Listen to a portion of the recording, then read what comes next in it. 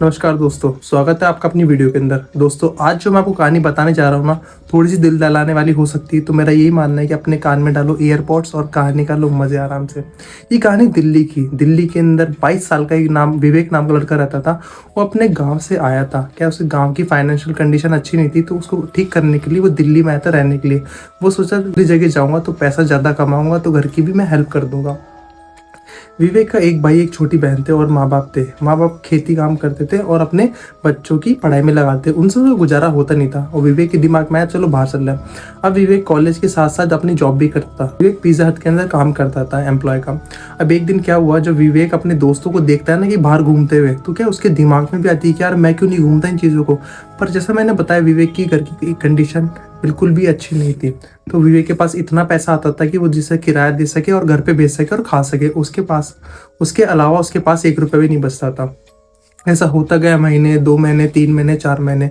एक दिन विवेक के दोस्त उसे कहते हैं कि भाई इतना टेंशन मत ले यार, तू तेरी भी लाइफ अच्छी होगी, बस तू अपने आप पे पेशेंट रख। विवेक उस पर चिल्लाए कहता है कि यार तू ऐसे कैसे बोल रहा है, तेरे पास पैसा इसलिए तू कह रहा है, आज मेरे पास नहीं तो मैं कैसे कर रहा है। बोले इतना टेंशन क्यों ले रहा है, मैं तेरे को एक ऐसे इंसान से मिलाऊंगा जो 30 दिन के अंदर पैसा डबल कर देता है। तू जो उसको देगा ना पैसा, वो डबल करते देगा। अब विवेक के दिमाग में आ जाता है लालच कि यार बोलता है यार 30 दिन में पैसा डबल कर देगा, इससे तो मैं मेरे घर पे भी पैसा भेज दूंगा और जो मेरे शौक है, जो मैं दोस्तों को देखता हूँ ना पार्टीज में जाते हुए, वो मैं भी कर लूंगा। अब विवेक किसी ना किसी से जुटा के पैसे लाता है 50,000 रुपये। अब 50,000 उस आदमी को देता है जो 30 दिन के अंदर पैसा डबल कर देता है। अब बाद में 1 महीना होने के बाद में वही होता है जिसका डर था। वो आदमी विवेक के सारे पैसे खा के भाग जाता है। विवेक उसके ऑफिस आता है, भाई देखता है, पता लगाता है कि भाई वो आदमी गया तो गया, कहाँ गया, फोन करता है, सब कुछ उस आदमी के बनते नंबर। विवेक अपने दोस्त से बोलता है यार मेरे साथ ऐसे हो गया। तो उसका दोस्त कहता है भाई सॉरी यार, मैं इस मामले में तेरी अब कोई भी हेल्प नहीं कर सकता। विवेक को टेंशन हो गई, भाई अब मैं करूँ तो करूँ क्या करूँ। विवेक ने अपने सारा बैग, जो भी उसका बैग था ना, सारा बांधा, सिम को तोड़ी और गाँव चल गया। अब गांव जाके वो दूसरे वाले गांव में जाके अकेला रहने लग गया। उसने अपने घर वालों से भी संपर्क तोड़ दिया और अपने दोस्तों से भी। अब ऐसा होता गया, फिर विवेक एक दिन क्या अपने रूम के अंदर बैठा बैठा आराम से टीवी देख रहा था। बैठा बैठा अपने रूम में टीवी देख रहा था, तो सामने जब रूम में जो टीवी था ना उसका, मतलब पुराने टाइप के होते ना, मोटे वाले टीवी टाइप के, वैसा था। और वो क्या उसके मारता मारता वो क्या खराब हो रहा था।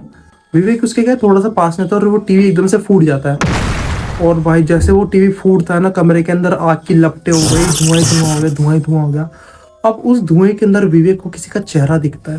विवेक को अच्छी तरह समझ में नहीं आता किसका चेहरा दिखता है। उसको पास में देखता है, भाई उस आदमी की क्या दोनों आंखें लाल कलर की थी और उसके चेहरा चमक रहा था। विवेक को देख के इतना डर जाता है भाई, वो डर के मारे विवेक छत पे चल रहा था। अब जैसा मैंने बताया कि आपको जो टीवी का धुआं था ना, पूरा का पूरा पूरे मकान में हो गया, छत पे भी धीरे धीरे आ गया। अब विवेक क्या डोली के पास खड़ा हो गया और धुआं निकले जा रहा। फिर एकदम से विवेक पीछे मुड़ता है ना, विवेक को उस आदमी का चेहरा दिखता है धुएं के अंदर।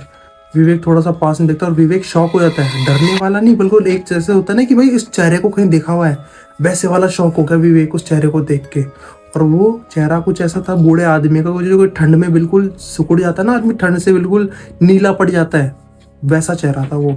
और विवेक को धीरे धीरे पास में आता है वो आत्मा उसके, और विवेक पीछे पीछे जाता रहा। जैसे जैसे विवेक पीछे जाता ना, तो वो डोली से गिर जाता है। डोली से गिरने के बाद में विवेक के पैर पे और कमर पे चोट आती है। विवेक अपनी आंखें खोलता है तो वो हॉस्पिटल के अंदर खुद को पाता है।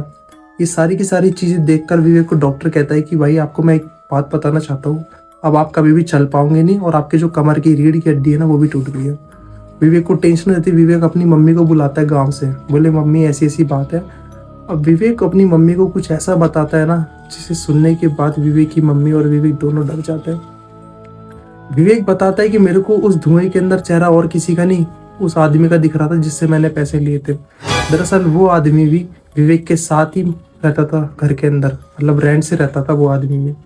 अब विवेक ने उस आदमी से 50,000 ले लिए। वो आदमी विवेक को अपना पोता मानता था, बहुत बूढ़ा था वो इंसान, और उसके आगे पीछे कोई भी नहीं था। विवेक उससे 50,000 तो ले लिया। लेने के बाद में 30 दिन पूरे हो गए, जब विवेक का वो आदमी पैसे खा गया ना, तो विवेक ने अपने फोन स्विच ऑफ कर दिया। इधर वो बूढ़ा आदमी विवेक को फोन लगा रहा है कि भाई मेरे पैसे दे दे, वैसे दे दे, पर विवेक तो अपना फोन स्विच ऑफ करके गाँव बैठा।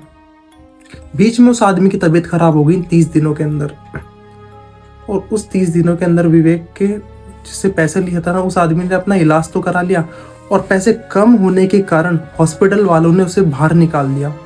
अब भाई जैसा कि आप लोग जानते हो, मैं भी जानता हूँ कि दिल्ली की ठंड कितनी भयंकर होती है। वो आदमी दिल्ली की ठंड एक दिन भी बर्दाश्त नहीं कर पाया और जैसे ही हॉस्पिटल से बाहर निकला ना, आधी रात को उस आदमी ने वहीं की वहीं दम तोड़ दिया।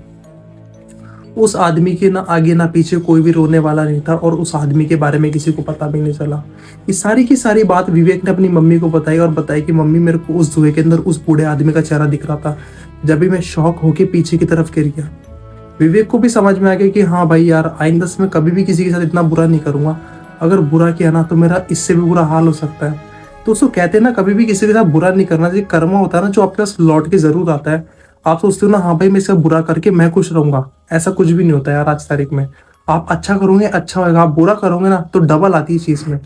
अगर आपको कहानी पसंद आए ना तो चैनल को लाइक करो, शेयर करो, सब्सक्राइब करो और कमेंट सेक्शन में बताना कि आपको कहानी कैसी मिली। और इंटरेस्टिंग कहानी के लिए चैनल को सब्सक्राइब जरूर करें। जब तक के लिए धन्यवाद।